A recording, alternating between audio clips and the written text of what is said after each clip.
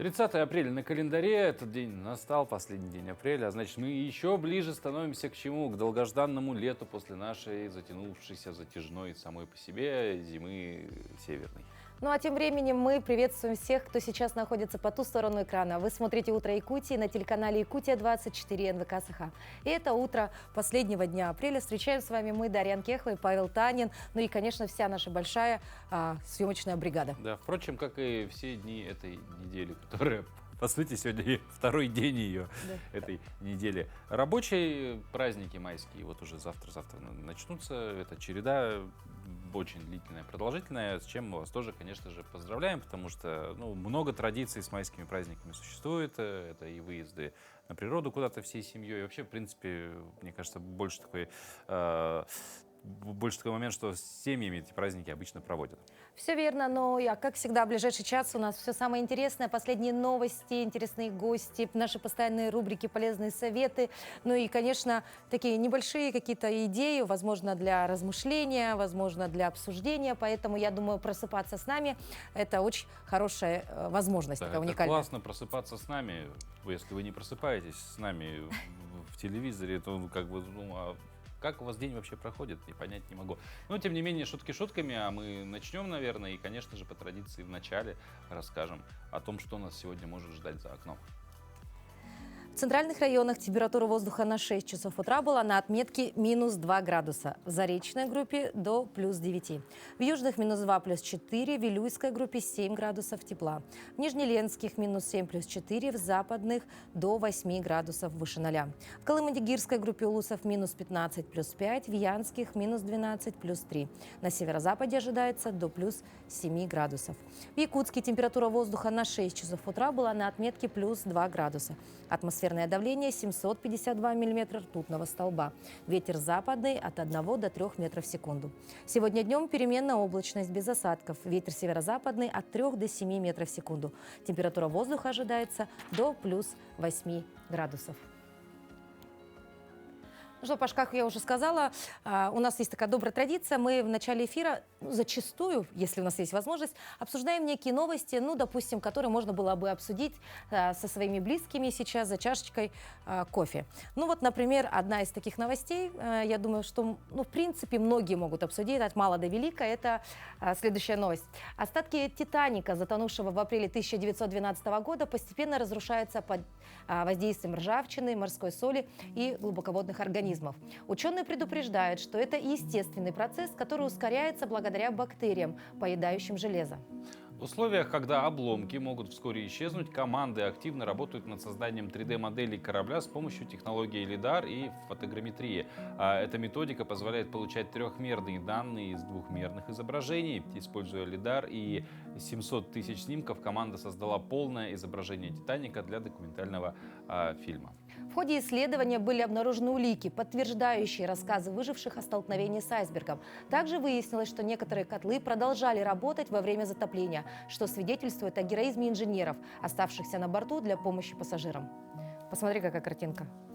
Ты понимаешь, уже 100 с лишним лет прошло, а все благодаря новым технологиям можно воссоздать, что там на дне.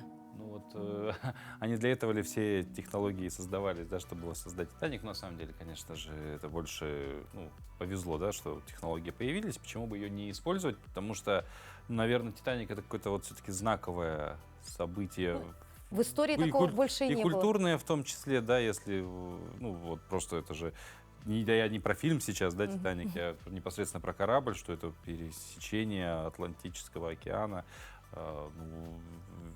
Невероятное историческое событие. Да, но несмотря на то, что действительно немножко грустная история, но по сей день, видишь, что ученые изучают это и, используя новые технологии, у нас есть возможность увидеть, как это все было в то время, понимаешь, и как он выглядит на данный момент глубоко на дне моря. И плюс это же еще в копилку чего, история хоть и грустная, но с точки зрения, своей значимости, возможно, и для кораблестроения и так далее, мне кажется, огромный вклад она внесла, потому что на основе таких трагедий, казалось бы, тем не менее, делаются какие-то выводы, улучшаются техники, технологии и так далее.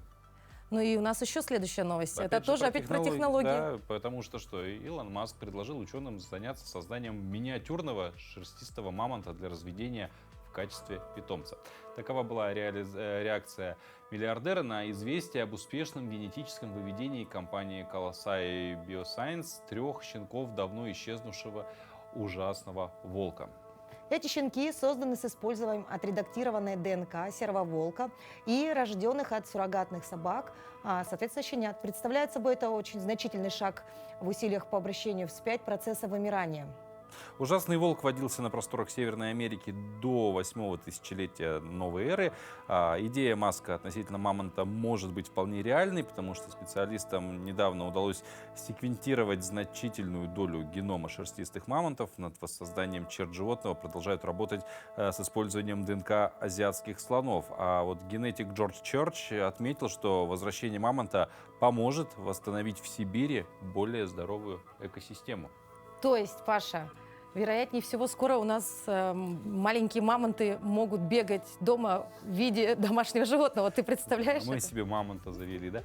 Да, моего мамонтенка зовут Кеша. Очень будет такой тоже интересный маневр истории, да, когда много-много тысячелетий назад человек охотился на мамонта, да, а теперь вот он дома живет ручной. И домашний. Да. Но всегда есть и другая сторона медали, потому что если мы вспомним, да, люди, выросшие в 90-е, вспомним замечательный фильм Стивена Спилберга тоже про исторических обитателей нашей планеты, которых решили при помощи ДНК воскресить и воссоздать.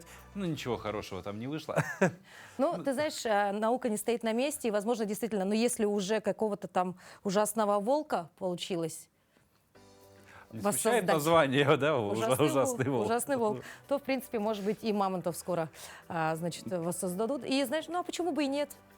Не, ну так-то, конечно, забавно будет. Вот такой мамонт, и он дома у тебя живет. Ну, в общем, от таких новостей переходим к более серьезным. И давайте узнаем, что же произошло на территории нашей республики и за ее пределами.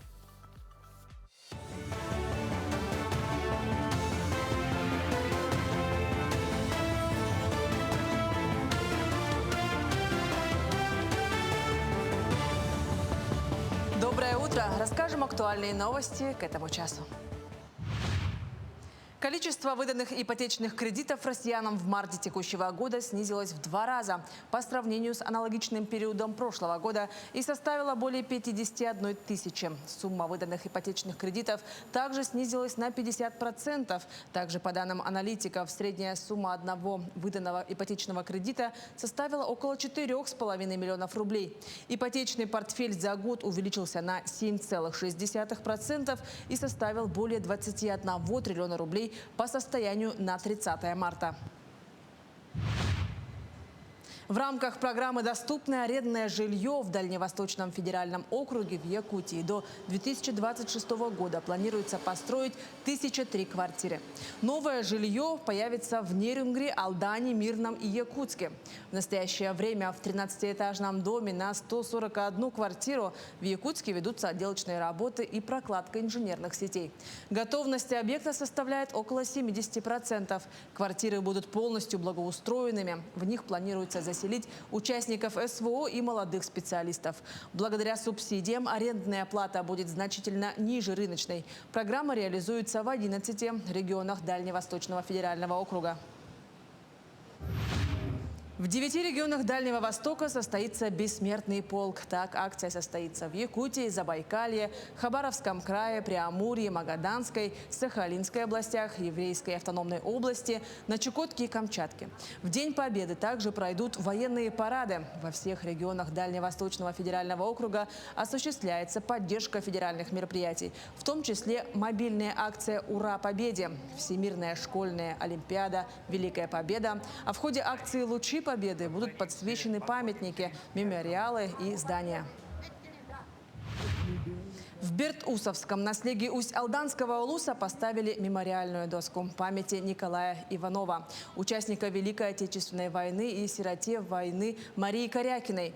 Доска поставлена рядом с усадьбой, где они жили. Сам Николай Васильевич из многодетной семьи. Из 12 детей в семье в живых остался лишь он один. После достойной службы Родине. На обратном пути при аварии самолета, несмотря на тяжелые ожоги, он выжил. После войны женился, в крепком браке родилось 5 детей.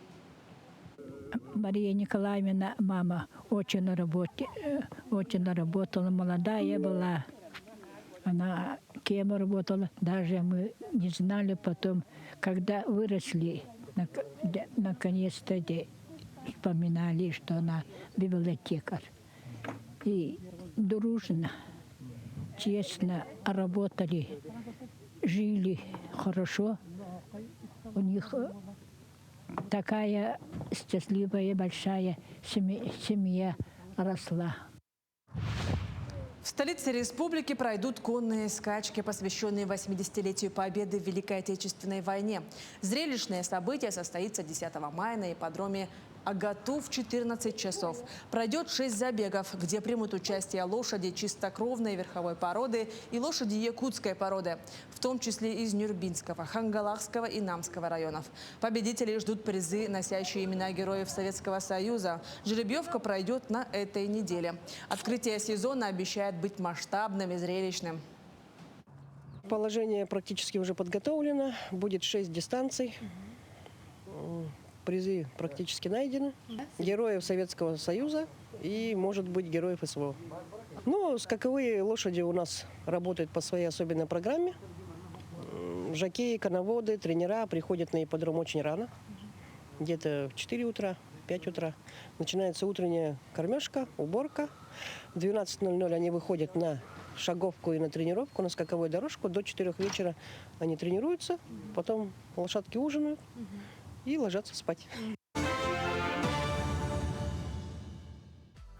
Спасибо нашим коллегам. Ну а мы поговорим о таких важной сезонной теме, потому что приближается сезон отпусков, и многие начинают планировать отдых. Нередко это выбор в пользу зарубежных курортов, жарких стран, а если это еще и семейный отдых, отдых с детьми, то, конечно, необходимо предусмотреть многие моменты, касающиеся документов, заграничных паспортов и тому подобное. Как быстро и без нервотрепок оформить вкладыш о гражданстве Российской Федерации, расскажет нам гость, специалист клиентской службы МФЦ Мария Жуковец. Мария, доброе утро. Доброе утро. Да, Документы. Можно подать заявление на проставление отметки о гражданстве к свидетельству о рождении ребенка до 14 лет. В нашем центре можно подать документы в том случае, если отметку оформляют первично. Также, если свидетельство о рождении выдано органом ЗАГС Российской Федерации и один из родителей является гражданином Российской Федерации.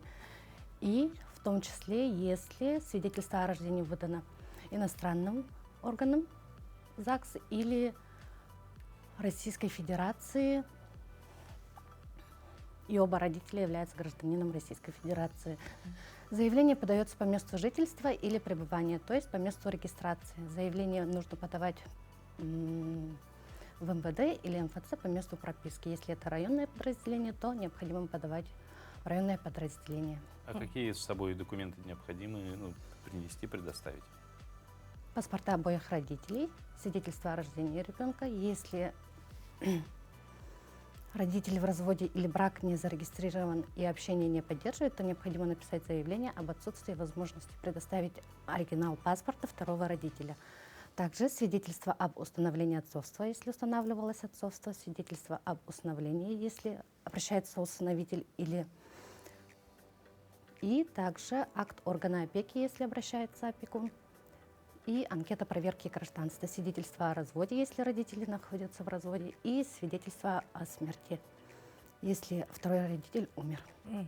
А можно ли подавать представителю, допустим, по нотариальной доверенности? К сожалению, нет. То есть личная подача только? Да.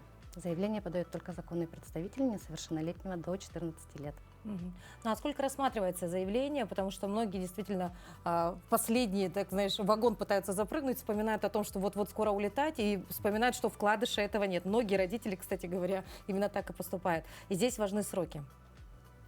Заявление рассматривается в течение 8 рабочих дней. А меняются ли сроки обработки заявления в зависимости от каких-то факторов? Нет. То есть от прописки, допустим, да. нет? Нет, не зависит. 8 рабочих дней рассматривается заявление. А существует ли сейчас опция подачи в электронном формате, то есть дистанционно подобных документов, и получения этой услуги? Нет, заявление принимается исключительно в бумажном виде. Мгм. А все ли филиалы МФЦ по республике могут оказать данную услугу?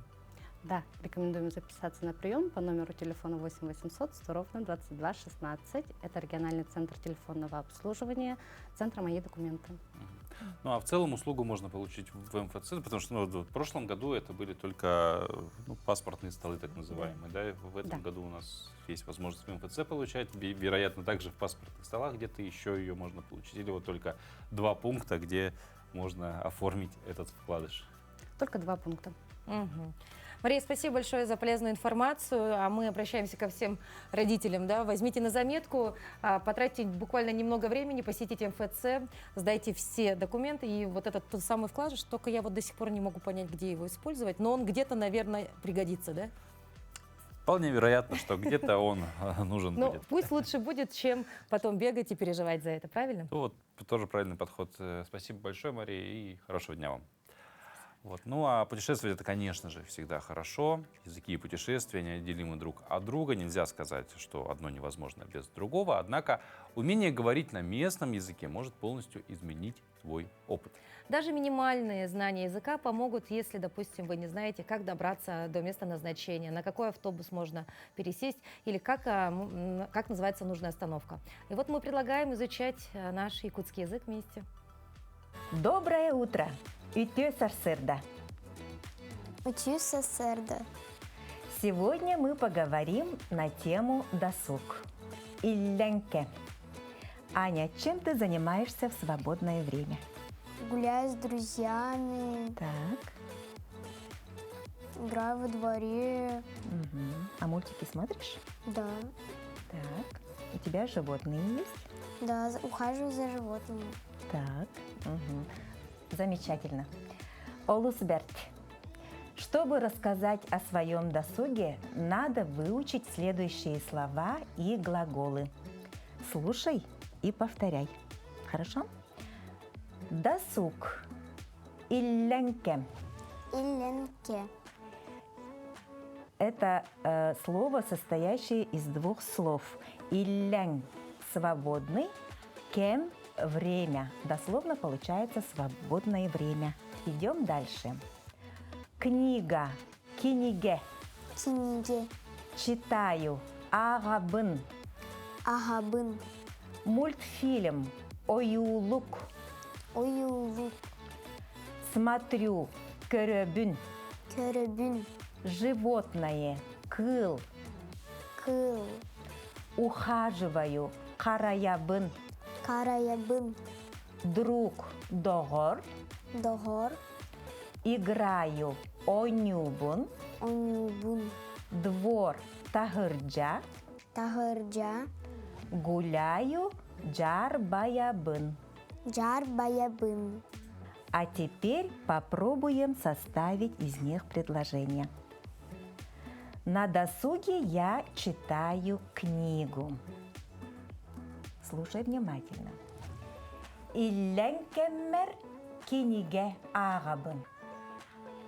Илленкеммер Illenkemer. киниге агабын. Kinigine ahabın. Ага, в начале предложения идет выражение «на досуге», «илленкеммер», а потом у нас идет действие, хорошо? Так, идем дальше. На досуге я смотрю мультфильм. «Илленкеммер оюлук көрөбүн». «Илленкеммер Illenkemer. оюлук көрөбүн». Oyuluk. Көрөбүн. Köröbün. Илленкеммер оюлук көрөбүн. Олус ичугей. Мы выучили несколько слов и выражений на тему досуг. Это не болын. Будьте здоровы. Көрсө хадери. Körсöhaderi. Ну а сегодня 30 апреля, день веснушчатых созвездий. Это про тех людей, кого поцеловало солнышко. У веснушек есть очень милые названия. Это капельки радости, конопушки, весенние брызги, солнечные нашлепки. Веснушки — это поцелуй солнышка, это всегда неповторимо и весело. Если среди ваших близких есть такие люди с изюминкой, не забудьте сегодня их, конечно же, поздравить. Ну, сегодня их день. А чем же еще этот день в календаре отмечен, узнаем далее. На календаре 30 апреля. Сегодня отмечают Международный день джаза, День пожарной охраны в России. По народному календарю Зосима пчельник. К дню Зосимы, как и Пудову дню, приурачивали вывоз ульев на пасеки. В этот день считалось хорошим делом отведать меда. Мед добавляли в кушанье из мяса, птицы и рыбы. Большой популярностью пользовались свинина или утка, запеченные в меду. Этот день в истории. 311-й. Галерий подписал эдикт, разрешивший открыто исповедовать христианство. 1945-й. Советские воины водрузили знамя победы над Рейхстагом в Берлине. 1971-й. В Москве на Ленинских горах открылся новый цирк. В этот день родились Луиза Лотаргинская-Вадемон, королева Франции, супруга Генриха III Валуа. Карл Фридрих Гаусс, немецкий математик, физик, астроном. Эйген Блейлер, швейцарский психиатр, выделил шизофрению как самостоятельное заболевание. Франц Легар, венгерский и австрийский композитор, дирижер. Сергей Никольский, советский российский математик, академик. Ярослав Гашек, чешский писатель-сатирик. Именины сегодня отмечают Адриан, Александр, Ефрем, Иван, Михаил, Семен и Федор. Ну а мы продолжаем просыпаться вместе с телеканалом «Якутия-24» и программой «Утро Якутии». Да, встать пораньше всегда хорошо, а если встать пораньше, чтобы сделать утреннюю зарядку? Вот звучит, как будто бы немножко скучно и напряжно, но только для тех, кто ничего не знает о преимуществах для здоровья с точки зрения выполнения упражнений утренних. Удивительно, но факт. Зарядка оказывает сильнейшее влияние на когнитивные способности. Исследования специалистов показали, что упражнения стимулируют рост новых нервных клеток и улучшают память и способность к обучению у мышей. И хотя между человеком и грызунами есть огромнейшая разница, ученые уверены, что на нас физическая активность воздействует точно так же. Ну и чтобы упражнение, утренняя зарядка вошла в ежедневную рутину, практиковать ее нужно примерно 66 дней. Начинать никогда не поздно, поэтому встаем, повторяем комплекс упражнений вместе с нами.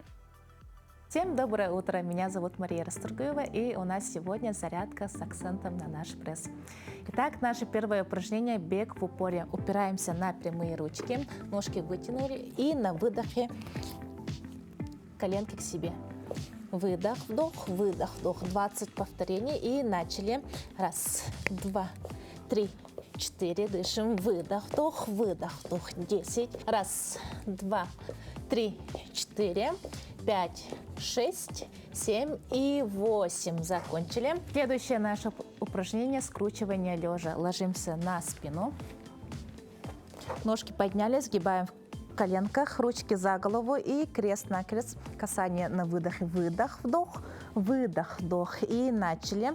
Раз, два, 3, 4, 5, 6, 7 и 8, 9 и 10. И следующее наше упражнение – подъем ног лежа.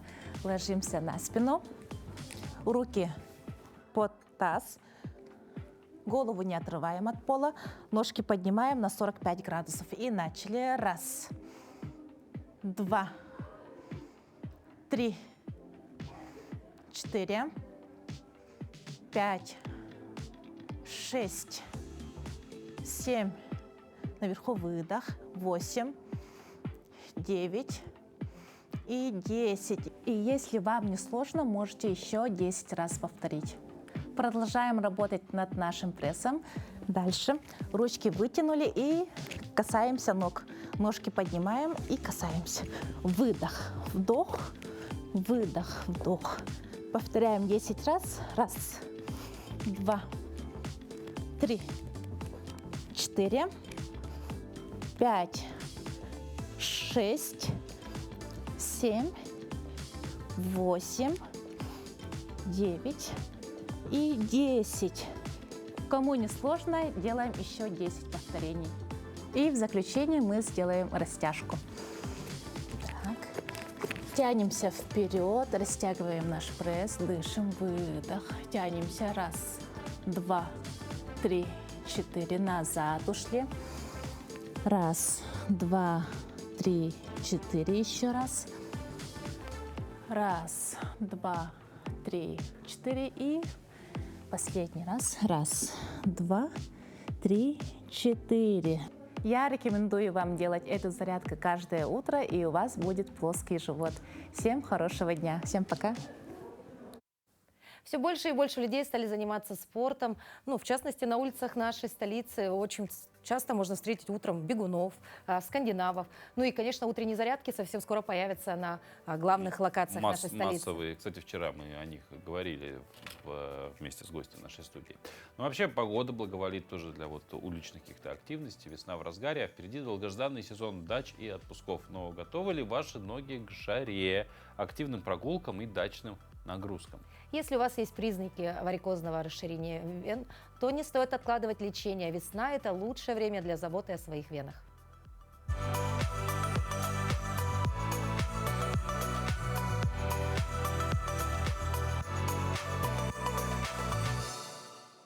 Доброе утро! Варикозное расширение вен – это увеличение в размерах вен. Любая вена может стать варикозной, но чаще всего поражаются вены на ногах, так как в вертикальном положении, положении стоя, увеличивает давление в венах нижней части тела.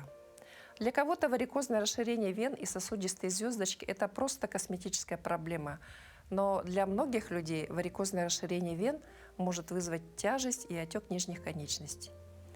Иногда варикозное расширение вен приводит к более серьезным проблемам – это трофические язвы. Каковы же причины варикозного расширения вен? Немножко анатомии. Артерии несут кровь от вашего сердца к тканям, а вены возвращают кровь к вашему сердцу. Вены в ногах работают против силы тяжести, и сокращение мышц нижней части ног действует как насос, а стенки эластичной вены помогают крови вернуться в сердце. Крошечные клапаны в венах открываются, когда кровь течет к сердцу, а затем закрываются, чтобы остановить поток крови назад. Если эти клапаны слабы или повреждены, кровь может течь назад и скапливаться в вене, вызывая растяжение или даже скручивание вен. Риск варикозного расширения вен увеличивается с возрастом. Также женщины более склонны к развитию этого заболевания. Гормональные изменения во время беременности, предменопауза или менопауза могут быть одним из факторов, так как женские гормоны снижают эластичность стенок вен. Избыточный вес оказывает дополнительное давление на вены, стоячий или сидячий образ жизни. Ваша кровь не течет так же хорошо, если вы находитесь в одном и том же положении в течение длительного времени. Не существует способа, чтобы полностью предотвратить варикозное расширение вен, но улучшение кровообращения и мышечного тонуса могут снизить риск развития варикозного расширения вен. Это такие простые методы, как гимнастика. Необходимо регулярно менять положение сидя или стоя. Вечером хорошо бы поднимать ноги выше уровня головы на комфортное для вас время. Женщины, избегайте высоких каблуков, жестких чулочно-носочных изделий и прочей тесной одежды. Будьте здоровы!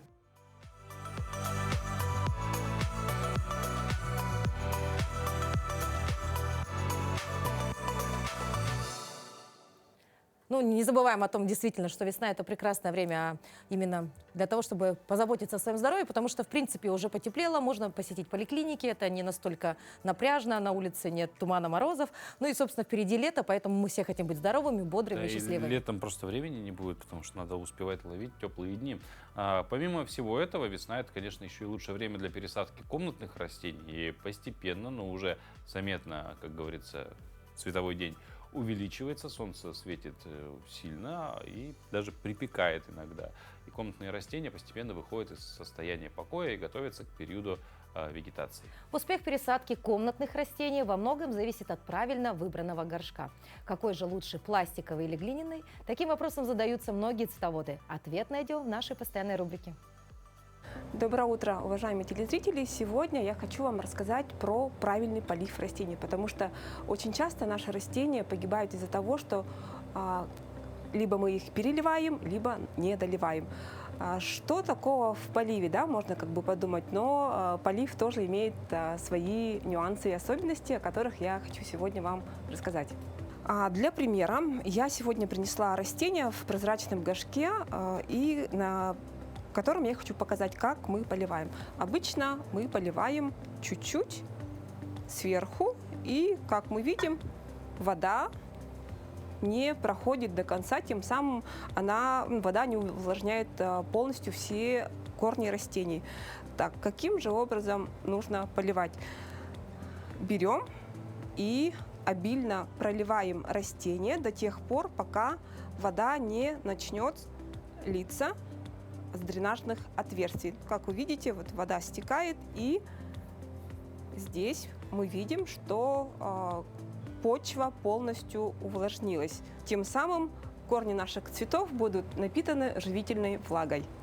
Второй способ – это метод погружения. Когда мы в емкость добавляем воду и ставим растение.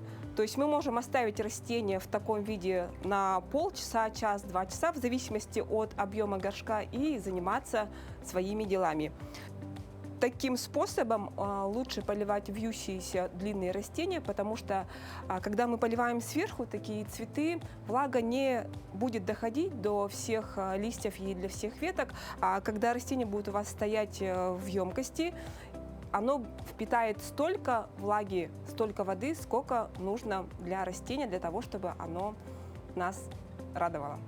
После того, как растение у нас напиталось достаточно влагой, необходимо немножко потрясти горшок, потому что нам необходимо убрать излишки воды. Наверняка, то есть мы знаем, что когда вода застаивается в горшке, корни начинают гнить.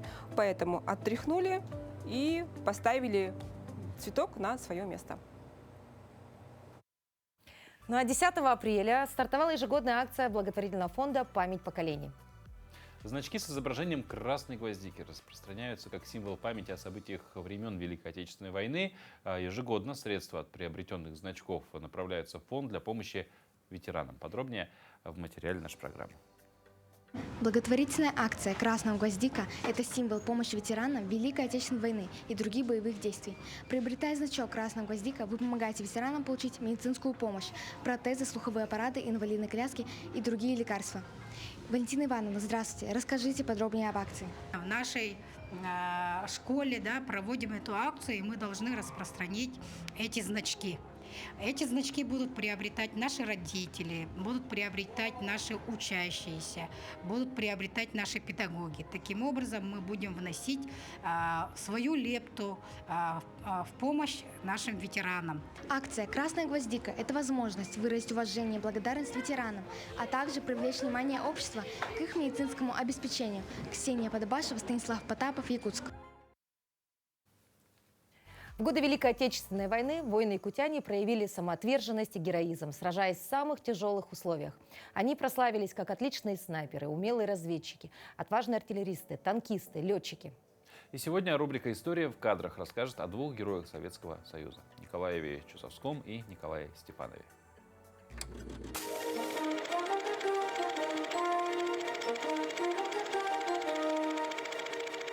Здравствуйте, меня зовут Егор Пеньков. Я ведущий методист Национального центра аудиовизуального наследия народов Республики Саха-Якутия. Мы продолжаем спецпроект под названием «Память народа».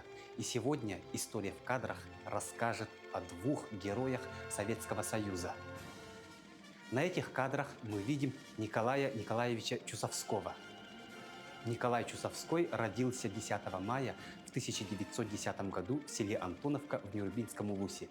В 1928 году был призван в ряды Красной армии, окончил Якутскую военную школу и Омское военное пехотное училище. Служил в Дальневосточном военном округе, а на фронт Великой Отечественной войны был призван в 1944 году. За время войны особо отличился при штурме Зиеловских высот. 18 апреля 1945 года при дальнейшем продвижении к Берлину батальон Чусовского, выдвинувшись далеко вперед, попал в очень тяжелое положение, оказавшись в полуокружении контратакующего противника. Воины батальона неожиданным налетом захватили склад боеприпасов противника, где были противотанковые гранаты. За мужество и умелое командование 31 мая 1945 года ему было присвоено звание Героя Советского Союза с вручением ордена Ленина и медали «Золотая звезда». После войны Николай Чусовской служил в звании гвардии майора запаса, работал в Якутском обкоме и до 1957 года служил в Москве. А вот на этих кадрах 1975 года запечатлен Николай Саввич Степанов. Родился Николай Саввич 13 мая 1922 года в селе Хампа в Вилюйском улусе. Участник Великой Отечественной войны, пулеметчик 1-го мотострелкового батальона 6-й танковой дивизии 2-го Украинского фронта, красноармеец. Свой боевой подвиг Николай Саввич совершил 11 марта 1944 года, когда одним из первых в батальоне на самодельном плоту с пулеметом переправился через реку Южный Буг и огнем прикрывал переправу стрелковых подразделений. Поддерживая наступление, уничтожил он свыше 10 солдат и офицеров противника. За этот подвиг приказом от 28 апреля 1944 года он был награжден орденом Красного Знамени, а звание Героя Советского Союза ему было присуждено указом президента СССР 5 мая 1990 года за мужество и героизм.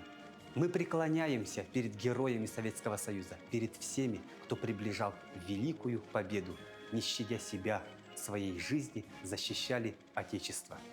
Это была рубрика «История в кадрах». История мужества, героизма и победы.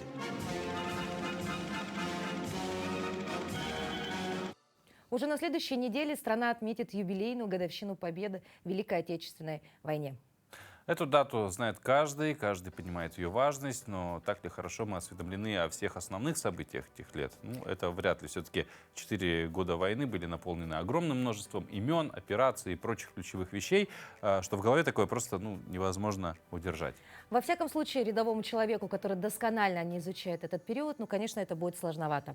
Благо, что существует огромное множество носителей информации, в которых все эти моменты зафиксированы, и их можно быстро изучить. Речь идет в первую очередь, конечно же, о книгах.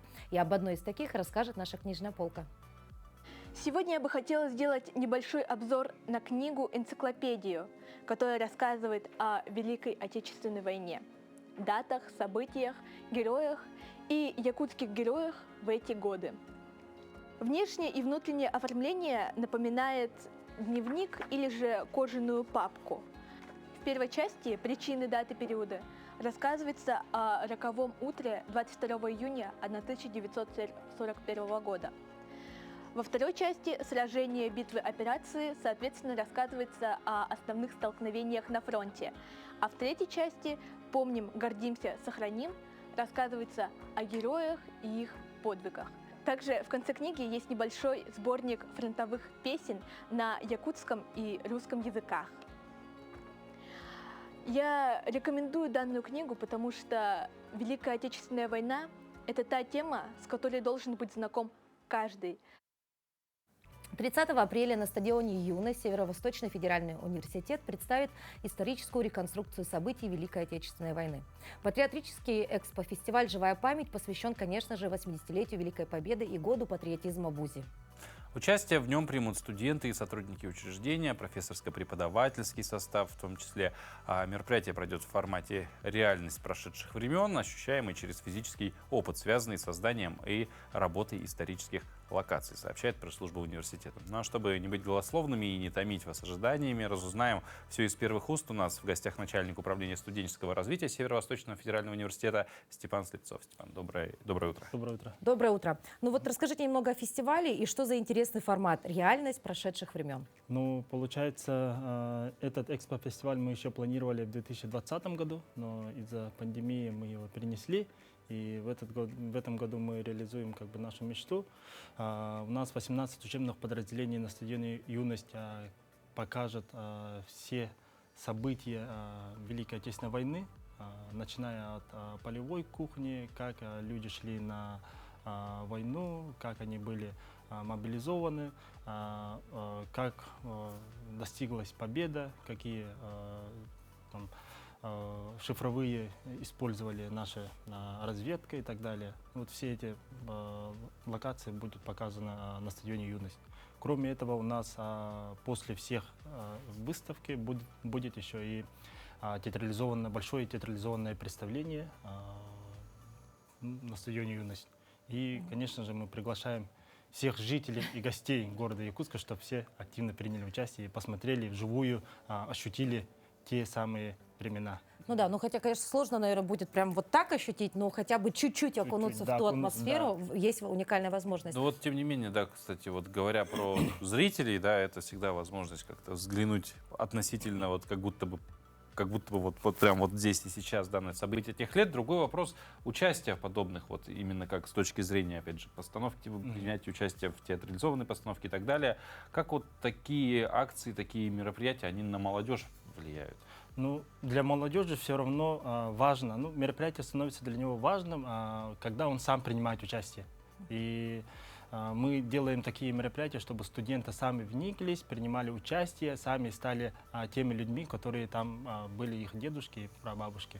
А охотно ли молодежь откликнулась на такое вот интересное мероприятие? Конечно, но да? Получается, это не только у нас молодежь, студенты, но и наши преподаватели, сотрудники тоже охотно вниклись в вот эту тему, и сейчас идет подготовка к полным ходам.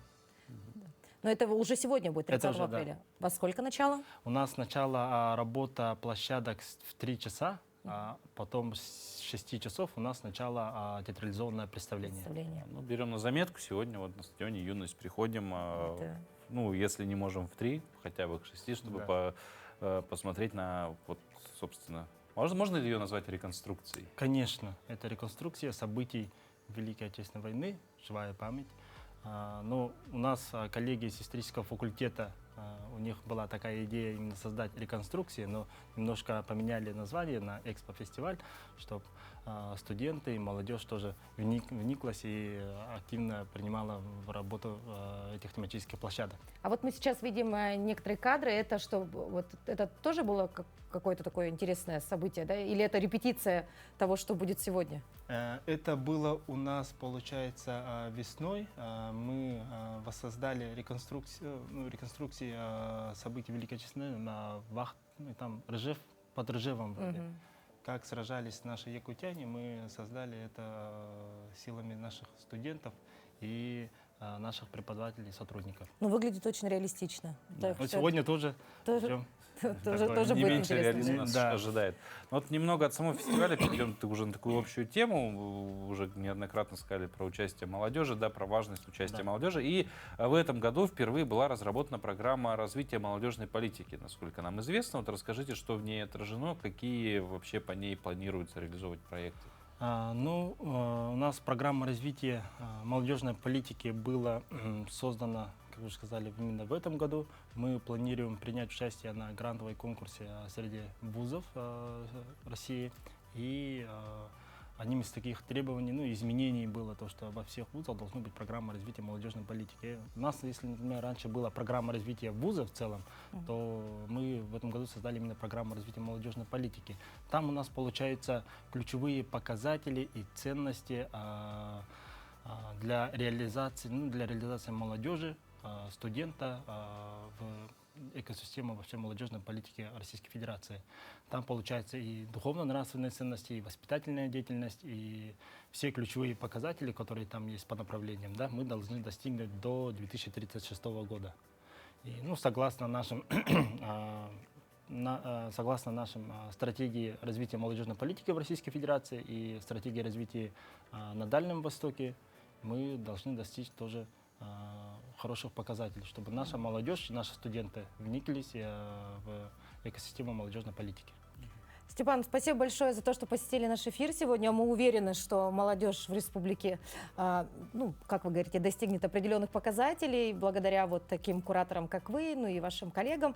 Ну а сегодня, конечно, мы вновь напоминаем о том, что 30 апреля на стадионе «Юность» пройдет очень интересный экспо-фестиваль «Живая память». И я думаю, есть на что посмотреть. И желаем вам успешного проведения этого знакового события для студентов Северо-Восточного федерального университета. Ну, а самим участникам, наверное, пожелать получить удовольствие от участия в первую очередь, конечно. Ну и как-то проникнуться еще больше историей, взятой вот из одна из вот этих крупиц истории Великой Отечественной войны. Спасибо. Ну а мы далее передаем слово нашим коллегам из информационной службы и послушаем о последних новостях.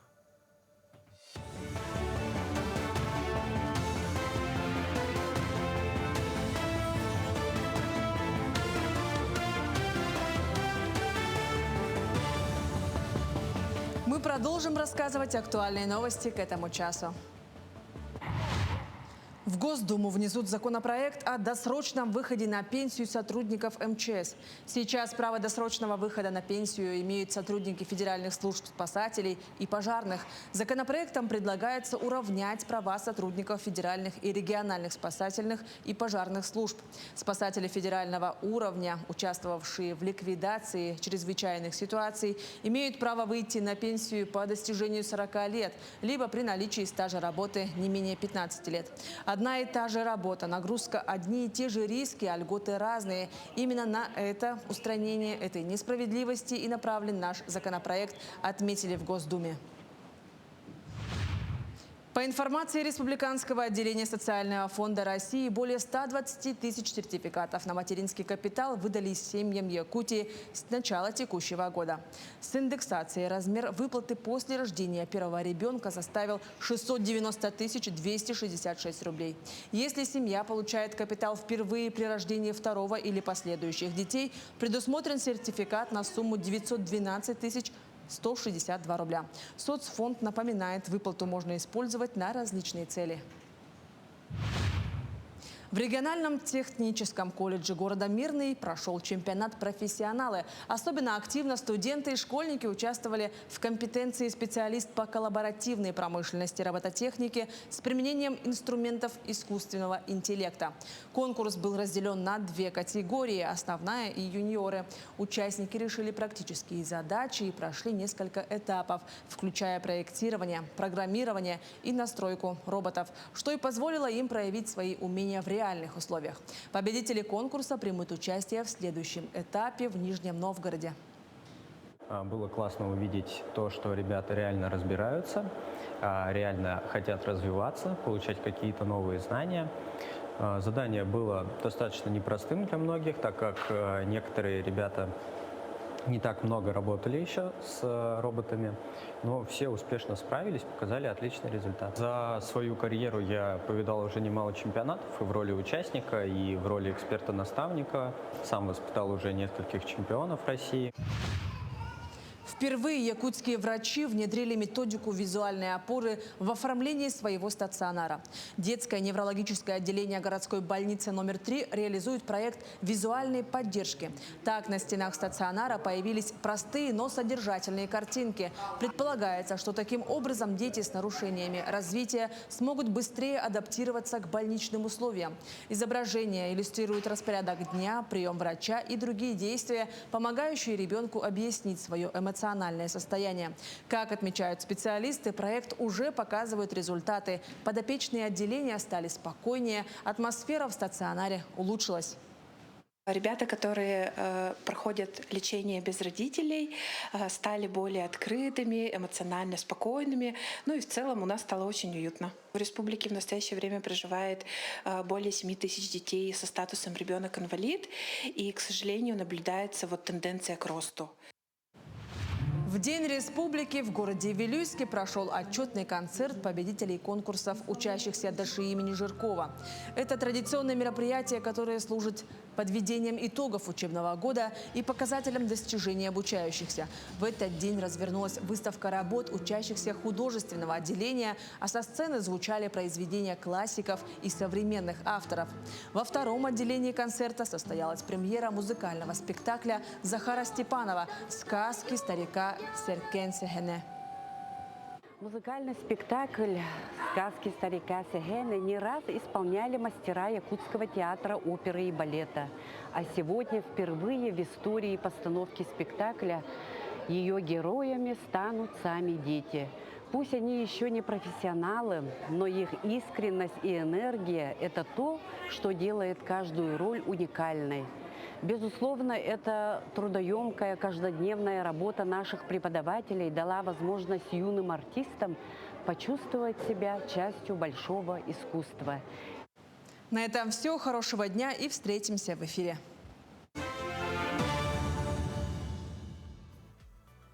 Ну а сейчас перенесемся в город Ленск. Наши коллеги работают и там, но в целом хотелось бы вообще отметить о том, что нас смотрят как и крупные города нашей республики, такие как Нерюнгри, Мирный, Ленск, Алдан, да, так и совершенно маленькие населенные пункты. И это отрадно, потому что действительно программу «Утро Якутии» любят в разных уголках нашей республики. Потому что утро везде же когда-то наступает, правильно? Ну, Да. и в Якутии. Ну а вот какой материал приготовили наши коллеги из Ленска, узнаем прямо сейчас. Премьера постановки состоялась в школе в актовом зале. На театрализованное мероприятие пришли власти города, руководители учреждений и общественность. В постановке принимали участие ученики старших классов. Они погрузили зрителей в трагические события прошлых лет, рассказали о судьбе героев-малогвардейцев и деятельности советской подпольной антифашистской организации «Молодая гвардия», о том, как Олег Кошевой, Ульяна Громова, Иван Земнухов, Сергей Тюленин, Любовь Шевцова и еще 90 юных патриотов Отечества дали заветную клятву и начали борьбу с врагом. У каждого из них были мечты, планы, которые навсегда отобрала война. Я в клубе пою и танцую, немцы меня ни в чем не подозревают, обсуждают при мне свои дела и думают, что я их не понимаю. Знали бы они, что я прошла курсы радисток в начале войны. Хорошо, что не знают, но нужны не разговоры и не борьба одиночки-мстителя. Нужна организация. Я тоже думаю, что нам нужно бороться вместе, чтобы земля горела у фашистов под ногами. Много у нас смелых ребят. Давайте создадим подпольную организацию, которая будет мстить фашистам. Давайте и назовем нашу организацию «Молодая гвардия». Ребята с большой самоотдачей, искренностью и уважением к историческим событиям воплотили на сцене образы молодых героев. Виктория Кириллова играла роль Ульяны Громовой. Девушка призналась, что она далась ей легко. У нее со своей героиней есть схожие качества и даже мечты. Я тоже хочу стать доктором. Она такая же хороша в учебе, умная, и мне очень понравилось играть ее. Если же я нарушу эту священную клятву под пытками или из-за трусости, то пусть мое имя, мои родные будут навеки прокляты, а меня самого пускай покарает суровая рука моих товарищей. Егор Ушаков играл Ивана Земнухова. Молодой человек вложил в свою роль не только актерское мастерство, но и глубокое понимание той боли, мужества и ответственности, которые несли в себе герои «Молодой гвардии». Он спокойный человек. Меня выбрали, потому что я как раз на него и похож был, собственно. Высокий, такой худощавый, вот прям как говорили мне. В театрализованном мероприятии были соединены 3 времени: период Великой Отечественной войны, начало войны на Донбассе и сегодняшняя специальная военная операция. Изначально у нас должна была речь идти только о «Молодой гвардии», потому что это главная тема нашей школы. Музей «Молодой гвардии» существует более 40 лет, и он никогда не прекращал свою работу. Но когда я стала заниматься сценарием, я увидела вот эту удивительную, очень трогательную историю о том, как ребята из Лисичанска практически повторили подвиг молодогвардейцев, когда они втайне от взрослых сами решили бороться со злом.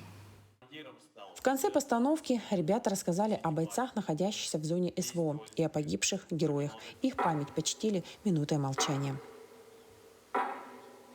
В зале царила тишина, наполненная уважением. Настолько сильным и пронзительным был эмоциональный отклик зрителей. Равнодушных не осталось. Слезы стояли в глазах практически у каждого. Со слезами на глазах. Очень трогательно. И без слез говорить о нем мне просто невозможно, потому что мы видели, как ребята играли, как они искренне все это говорили. Вот такие события, которые у нас сейчас происходят, естественно, мы сравниваем, мы смотрим, следим и смотрим, сколько ребят погибло из каждой школы. И вот сегодня, когда это было все это сказано, и все это всех вспомнили, это большого стоит. Нам бы жить, нам бы жить.